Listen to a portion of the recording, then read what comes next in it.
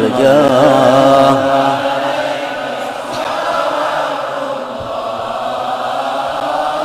عبد بالباب يرتجي لسم العتاب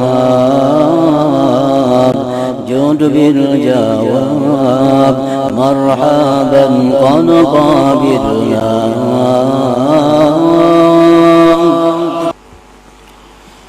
Bismillahirrahmanirrahim. Alhamdulillahilladzi hadana lisabilil huda wa ma kunna linahtadiya laula an hadanallahu jalla wa ala. Asyhadu an la ilaha illallah wahdahu la syarikalah al-muttasifu bil qidami wal baqa. Wa ashhadu anna sayyidana Muhammadan abduhu wa rasuluhul ma'ruf bis-sakha wal wafa. Allahumma salli wa sallim wa barik ala sayyidina wa maulana Muhammadin afdali man bil ardi was sama wa ala alihi wa ashabihi wa dhurriyyatihi wa atba'ihi ila yaumil liqa, amma ba'du. Yang kita hormati dan kita cintai para habaib dan para alim ulama, para muhibbin, hadirin, hadirat rahimakumullah. Alhamdulillah, kita panjatkan puji dan syukur kehadirat Allah subhanahu wa ta'ala yang telah memberikan kita hidayah, taufik dan inayah sehingga kita pada malam ini dapat kembali berkumpul bersama-sama di majelis yang penuh berkah ini. Salawat dan salam kita haturkan keharibaan junjungan kita Nabi besar Muhammad sallallahu alaihi wasallam dan kepada seluruh keluarga, para sahabat, zurriyat dan pengikut beliau sampai hari kiamat nanti. Para muhibbin rahimakumullah, al-hikmatul ishrun minal hikamil adha'iyah. Qala al-imam Ahmad ibnu Athaillah as-Sakandari rahimahullah wa nafa'ana bi'ulumih. Hikmah yang ke-20 dari Al-Hikam, berkata Imam Ahmad bin Athaillah as-Sakandari rahimahullah, ma aradat himmatu salikin antakifa indama kushifa laha illa wa nadathu hawatiful haqiqah alladhi tatlubu amamak wa la tabarrajat lahu zawahirul mukawwanat illa wa nadathu haqa'iquha innama nahnu fitnatum fala takfur.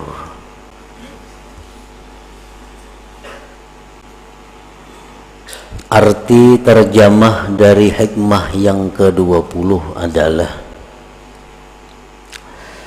tidak menghendaki keinginan orang yang tekun beribadah bahwa berhenti dia ketika dibukakan baginya, melainkan menyeru akan dia oleh suara-suara hakikat. Bermula yang kamu tuntut itu ada di depan engkau, dan tidaklah bernampak bagi seorang ahli ibadah oleh zahir-zahir ini alam, melainkan menyeru akan dia oleh hakikat-hakikat ini alam. Hanya saja kami ini merupakan cobaan, maka janganlah kamu tergoda dengan cobaan itu. Nah, para muhibbin, itulah terjemah daripada hikmah yang ke-20 ini. Kana abdun bil amsi syaridan an siratillahi ta'ala mu'ridan an kalamihi wa sunnati nabiyyihi sallallahu alaihi wasallam munghamisan fi bihari syahawatihi wa ahwa'ihi, thumma adrakathu hidayatullah subhanahu fasyarahallahu sadrahu lil Islam wa ta'allama ahkamah, thumma jatahada fi ta'atillah bi'ada'i faraidihi wa jitinabi nawahihi wa iktharin nawafil minas salah was siyam was sadaqah. Fatala zaman ala dhalikal hal, kana syaitan yugrihi min qablu bil fawahish wal munkarat, bal an yuwaswisu ilaihi qailan ala tara kaifa asbahta al-an anta min khairati ibadillahi salihin tata'allamu ahkamahu wa tuaddi faraidahu wa tajtanibu nawahiyahu wa tuksirun nawafil wa tashabul ulama qad asbahta min awliyaillahil muqarrabin. Fa idza rakana ila hadzal waswas wa tasharraba hadzal iha ila al-yaqin min nafsihi ada ila aqbaha mimma kana alaihi sabiqa. Nah, ini adalah keterangan sekaligus contoh dari hikmah yang ke-20 tadi. Di dalam hikmah yang ke-20 itu terdapat dua bagian. Bagian yang pertama, ma'aradat himmatu salikin an taqifa indama kushifalaha illa wanadathu hawatibul hakikah alladhi tatlubu amamak. Sedangkan bagian kedua yang selanjutnya adalah seorang hamba yang dulunya hamba ini lari menyimpang dari jalan Allah, berpaling dari kalam Allah dan sunnah Nabi sallallahu alaihi wasallam. Seorang hamba ini tenggelam dalam lautan syahwat dan hawa nafsunya.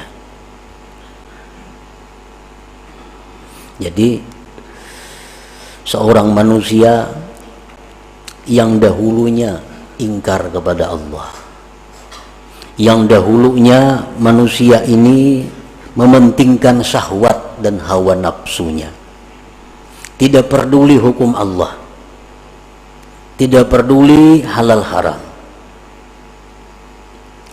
Nah, kemudian si hamba ini diberi hidayah oleh Allah, diberi petunjuk, maka Allah bukakan hatinya untuk Islam, maka dia belajarlah hukum-hukum agama. Dia kemudian bersungguh-sungguh taat kepada Allah dengan menunaikan keparduannya, menjauhi larangan-larangan Allah, memperbanyak sunat-sunat dari sembahyang, puasa, dan sedekah.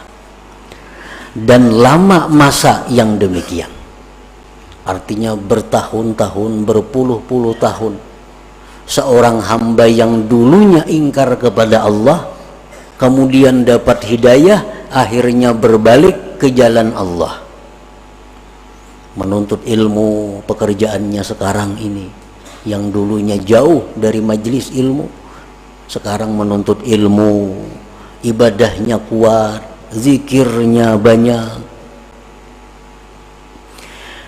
Adalah syaitan dahulunya menggoda ini hamba dengan kejahatan-kejahatan dan munkar.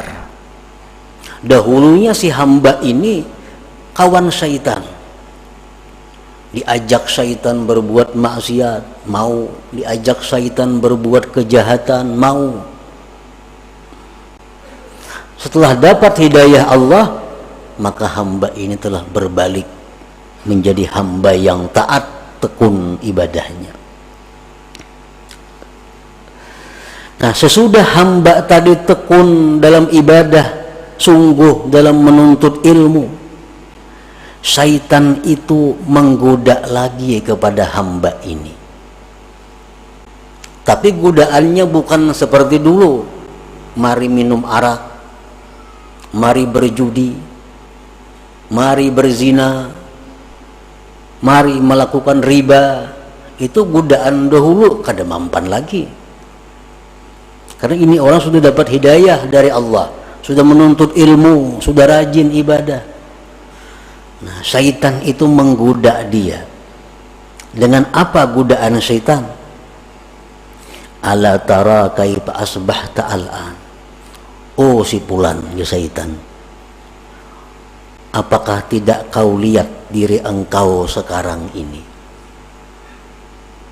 Engkau sekarang termasuk hamba Allah yang pilihan. Nah, engkau sekarang sudah masuk dalam hamba Allah yang pilihan. Engkau belajar hukum Allah, engkau menunaikan keparduan, engkau sudah menjauhi larangan, engkau sudah banyak melakukan yang sunat-sunat, engkau sudah dekat dengan para ulama-ulama. Sekarang engkau, ujar syaitan, termasuk aulia Allah al-muqarrabin. Sekarang engkau wali. Dahulu ikan buntat, sekarang engkau wali. Ibadah engkau luar biasa, menuntut ilmu siang malam. Jadi engkau sekarang ini, ujar syaitan, sudah menjadi waliullah, sudah menjadi wali Allah.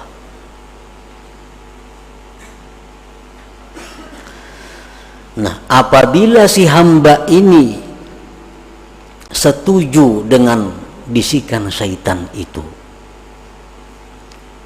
ya syaitan ikam ni wali, diterimanya itu, oh, cocok aja aku wali, soalnya wah ini aku sudah belajar siang malam, zikir 10.000, salawat 10.000, cocok aja aku wali.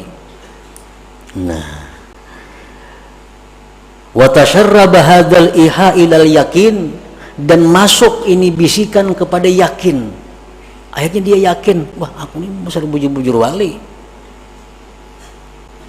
Ada ila akbaha mimma kana alaihi sabiqa, maka dia ini hamba kembali kepada sesuatu yang lebih jahat daripada dahulunya. Nah, lebih jahat daripada dahulunya di sisi Allah Subhanahu wa ta'ala tentunya. Nah, jadi artinya kalau kita dahulu banyak maksiat kepada Allah, dahulu kita ingkar dengan hukum Allah, sekarang dapat hidayah, menuntut ilmu, banyak zikir, banyak amal. Setelah itu kita merasa bahwa diri kita ini adalah kekasih Allah, diri kita ini orang yang dekat kepada Allah, kita meyakini demikian. Nah, kita sebenarnya lebih jahat kedudukannya di sisi Allah daripada kelakuan kita yang dahulu kala yang suka maksiat itu.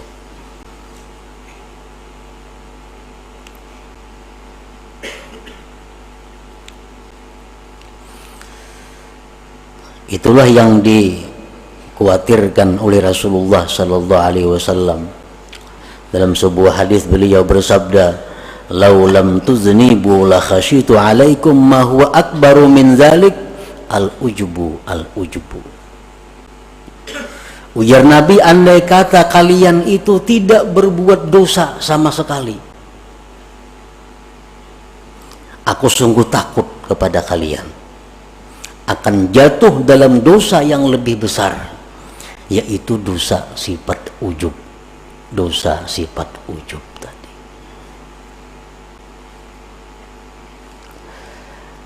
Sayyidatina Aisyah radhiyallahu anha, beliau ditanya, mata yakunur rajul musi'a? Qalat idza dhanna annahu muhsin. Kapan seseorang itu dikatakan jahat di sisi Allah? Ujar Aisyah menjawab, bila mana dia sudah menyangka dirinya baik. Bila mana kita menyangka diri kita ini sudah baik, berarti kita orang yang jahat di sisi Allah Subhanahu wa ta'ala. Nah, ini keterangan daripada bagian yang pertama daripada hikmah yang ke-20 tadi. Nah, para muhibbin rahimakumullah, jadi syaitan ini, ujar para ahli suluk, mengatakan selalu berusaha menggoda kita sampai kepada tahapan-tahapan yang ketujuh, baru syaitan itu berakhir menggoda kita. Sampai 7 tingkat keadaan-keadaan kita, syaitan selalu membisik kepada kita agar kita gugur, agar kita terjatuh ke dalam jurang yang hina. Nah, untuk menghindari, menjaga keselamatan dari godaan-godaan syaitan yang 7 tingkat itu, 3 hal yang kita perlukan. Pertama, ilmu yang pertama. Yang kedua, doa kepada Allah agar dipelihara. Yang ketiga, kawan yang baik. Nah, 3 macam itu kalau kita ingin selamat. Para muhibbin rahimakumullah, apa yang 7 itu? Dalam tahapan pertama, syaitan itu mengajak kita dengan ajakan ukfur, kafirlah engkau. Icam jaka kafir, nyaman kada besembayangan, kada berpuasaan, kada berzakat, kada istilah perjinahan, kafir. Mungkin ajakan ini tidak ditujukan syaitan kepada kita, karena kita insya Allah kada mungkin hakun bakapir, ada bisikan nyuruh kafir bakapir lah, insya Allah kada. Tapi untuk orang-orang yang tertentu bisa terperdaya dengan ajakan ukfur ini. Nah, kalau syaitan itu mengajak kita kepada ukfur, kafirlah kamu kepada Allah, ilmu yang kita perlukan untuk mengatasi ini adalah firman Allah, wa ma liya la a'budul ladzi fatarani. Tidak ada alasan, wahai syaitan, untuk tidak menyembah Tuhan yang menciptakan aku. Kalau engkau mengajak aku kepada kafir, wahai syaitan, aku tidak ada alasan untuk tidak menyembah Tuhan yang menciptakan aku. Selamat kita. Kada hakun bekafir, dibawai kafir kada mau. Lalu dalam tahapan yang kedua, syaitan mengajak kita, membisik kepada kita, la tuti' rabbak, la tuti' rabbak. Kalau ikam sudah Islam, ya syaitan, ikam kada perlu taat lawan Tuhan, karena ikam sudah Islam, kada perlu taat kepada Tuhan, kada perlu sembahyang, kada perlu puasa, kada perlu zikir, karena orang Islam itu sudah selamat. Menghadapi ajakan ini, kita mesti ada ilmunya.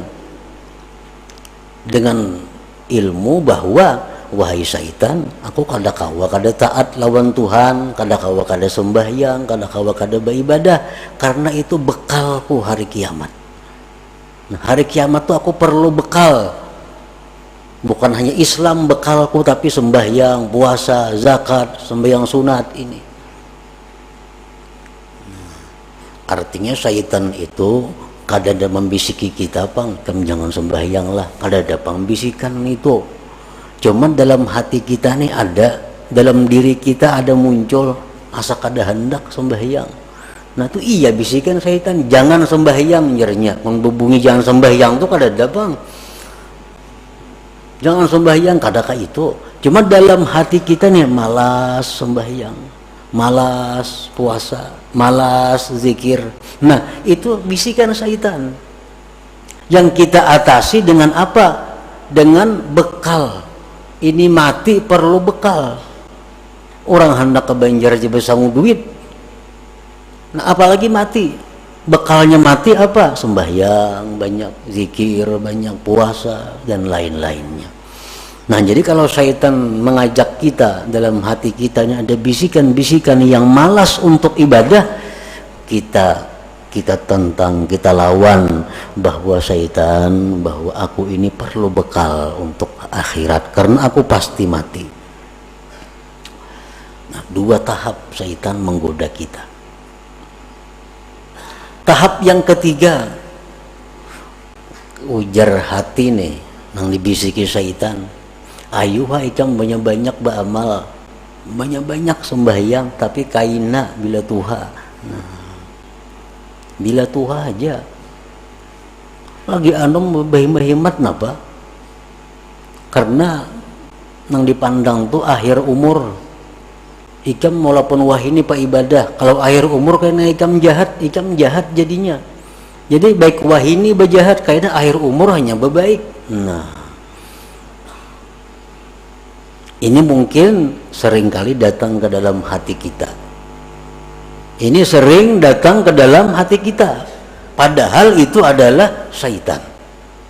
Kaina gin amal banyak, kaina sudah Tuha, kaina aja sembahyang tahajud amun sudah Tuha, pada orangnya umur 60 sudah ini.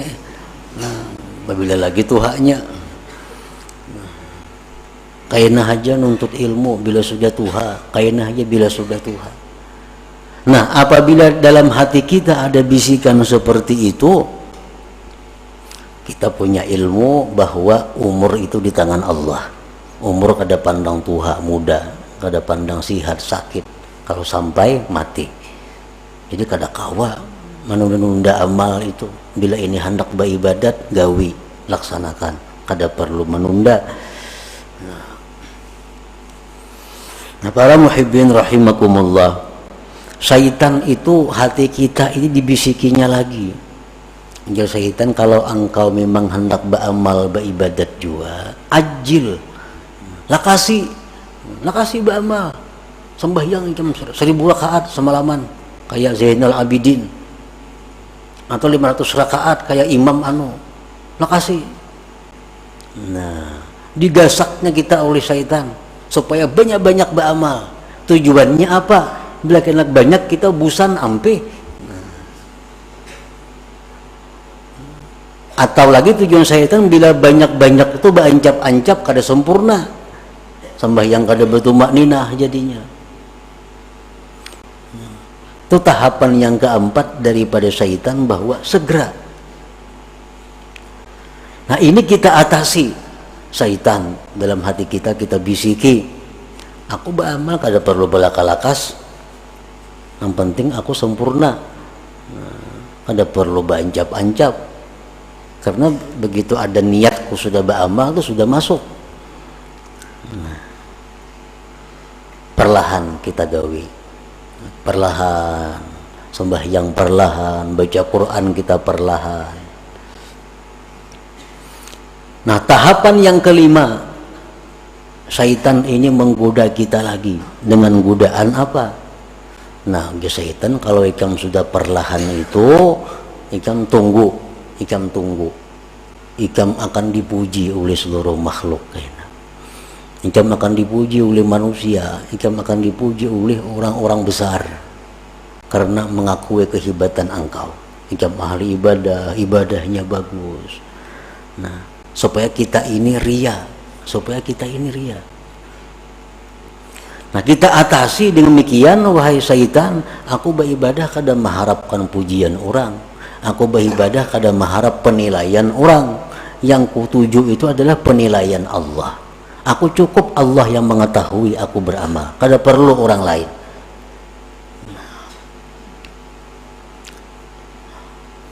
Terus kita beramal kepada Allah, beribadah. Nah, yang keenam ini, ujar syaitan, kalau ikam itu beramal sudah mengharap Allah, sudah ikhlas, nah itu ngarnya ikam bujur-bujur wali. Nah, itu orang wali. Ini yang dimaksud dengan hikmah yang ke-20 ini. Ma'aradat himmatu salikin antakifa indama kusifalaha illa wanadatu hawatibul hakikah alla yatlubu amamaka.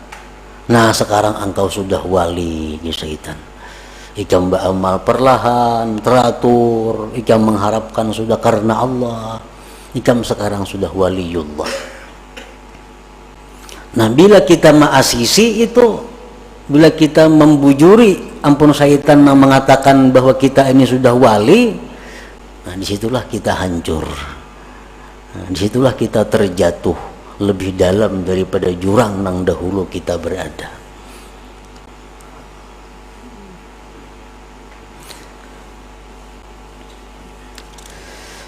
Nah, fasabilus salama li hadzal abdi ayyujiba syaitan aina ana minal awliya was salihin wa ana warikum bi bihari taksir wa qillatil ilm qalbi mashghulun bid dunya wa ma ukhlisu fil amal wa lam a'lam hal tuqbalu taubati amla inna ma ana abdun hakir katsiruz dzunub arju rahmat rabbi. Di waktu syaitan tadi, di waktu hati kita berbisik bahwa kita ini dekat dengan Allah, di waktu hati kita bicara bahwa kita ini sudah dikasihi, dicintai Allah, di waktu hati kita bicara kepada kita bahwa kita ini wali,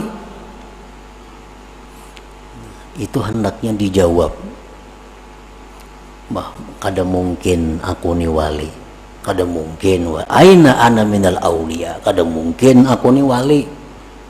Aku ini masih banyak kurang, ilmunya kurang, hatiku masih banyak kepikiran dunia, amal ibadahku belum tentu ikhlas, dosa-dosaku dahulu belum tentu diampuni Allah, tubat-tubatku belum tentu diterima. Aku ini adalah hamba yang hina, yang banyak dosa, yang mengharapkan rahmat Tuhan. Nah, ini yang jawabannya kalau timbul bisikan di hati kita. Itu yang dimaksud dengan wanadathu hawatiful hakikah alla yadlubu amamaka. Aku ini masih banyak dosa, walaupun aku beribadat, walaupun aku baca Quran, tapi dosa-dosaku dulu belum tentu diampuni Allah. Tobat belum bisa diterima, belum tentu diterima. Nah, bila kita mampu menentang yang demikian tadi dengan perasaan-perasaan bahwa kita masih hina, kita masih banyak dosa, kita masih jauh dari Allah, berarti kita berhasil, berarti kita selamat. Siti Aisyah tadi dikata, kapan seseorang itu dikatakan jahat di sisi Allah? Bila mana dia menganggap dirinya sudah baik. Kapan seseorang yang baik di sisi Allah? Bila mana dia masih menyangka dirinya jahat, bila mana dia menyangka dirinya masih jahat, dirinya masih banyak dosa, dirinya masih hina, itulah yang baik di sisi Allah Subhanahu wa ta'ala. Nah, para muhibbin rahimakumullah, jadi yang keenam tingkatannya ujub ini, dan bisikan-bisikan itu pasti ada di dalam hati kita. Yang ketujuh itu datang lagi dalam hati kita. Sudah bagus, sudah 6 langkah syaitan menggoda kawa diatasi. Yang ketujuh, syaitan artinya bisikan hati kita. Bisikan hati kita ini berbicara, apa bahimahimat ba'amal, amun aku ini sudah takdir ke surga, pasti ke surga mati. Amun aku takdir ke neraka, pasti ke neraka. Nah, apa gunanya aku berhimat-himat nih? Nah, ini sudah ketuhukan beramal, sudah kebanyakan kitab yang dipelajari, sudah kebanyakan guru yang didengari, timbul pikiran itu. Nah, apa aku berhimat-himat beribadah? Amun aku takdir ke neraka, ya ke neraka juga mati. Amun aku takdirnya ke surga, walaupun aku maksiat, pasti ke surga juga mati. Nah, ini ada dalam hati seseorang hamba Allah, bisikan seperti itu, walaupun kada semua orang, tapi ada dalam hati. Nah, bila demikian ada, kita jawab bahwa aku hidup mati bukan untuk surga neraka, hidupku matiku untuk Allah. Inna salati wa nusuki wa mahyaya wa mamati lillah rabbil alamin. Pokoknya aku beribadah kepada Allah, urusan ke neraka ke surga itu urusan Allah.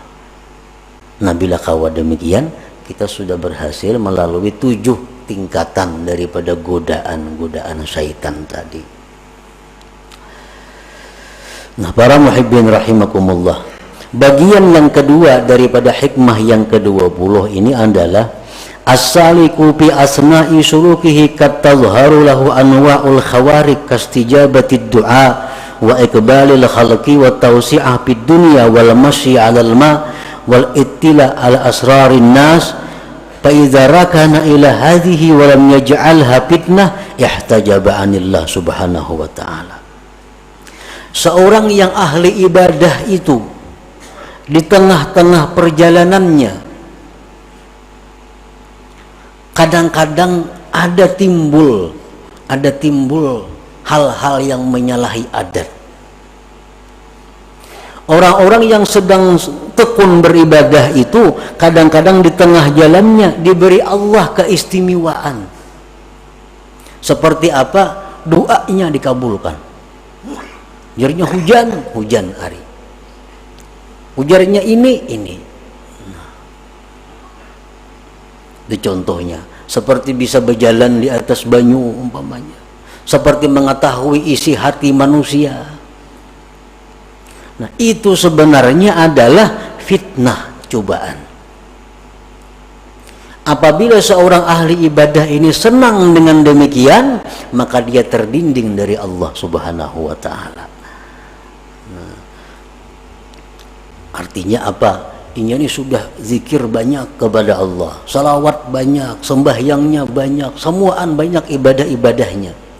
Diberi Tuhan keistimewaan. Doanya mustajab, orang-orang datangan kepadanya. Nah, bila ianya senang dengan hal-hal itu, akhirnya mengurangi ibadah-ibadahnya, berarti dia sudah terdinding daripada Allah Subhanahu wa ta'ala. Nah, jadi di pertengahan umur, di mana kita sedang tekun beribadah, itu Allah beri kita keistimewaan bahwa itu adalah fitnah, itu ujian. Bila kita pegang ujian itu, kita akan terdinding daripada Allah. Orang membaca zikir, membaca ba'amal, amalan macam-macam dibaca, itu ngarannya salik, orang yang berjalan menuju Allah. Nah, kadang-kadang kena orang ini di tengah jalannya mustajab doa. Ada orang garing ditiupnya sigar, ada orang garing diberinya banyu sigar. Akhirnya ini arsik dengan itu, akhirnya jadi penambaan. Pada tujuan asal untuk jadi orang yang dekat kepada Allah. Zikir, baca salawat, dicoba oleh Allah dengan demikian.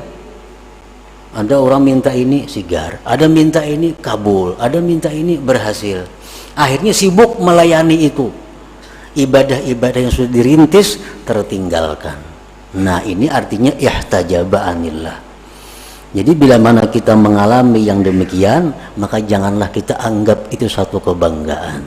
Jangan kita anggap itu satu kemuliaan. Tapi innama nahnu fitnah, kami hanya cobaan. Itu hanya adalah ujian dari Tuhan. Apakah kita berhenti sampai di situ atau terus berjalan beribadah sebagaimana yang sudah dirintis terlebih dahulu. Nah, itulah para muhibbin rahimakumullah, sebagian daripada maksud yang bagian kedua dari hikmah yang ke-20 ini. Mudah-mudahan kita diberi Allah taufik hidayah sehingga dapat mengamalkan ilmu pengetahuan yang diberikan Allah kepada kita. Amin ya rabbal alamin. Ila hadratin Nabi sallallahu alaihi wasallam. Al-Fatihah. Bismillahirrahmanirrahim. Iyyaka na'budu wa iyyaka nasta'in.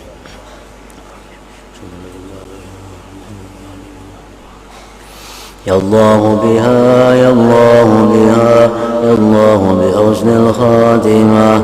Ya Allah biha, ya Allah biha, ya Allah bi husnil khatimah.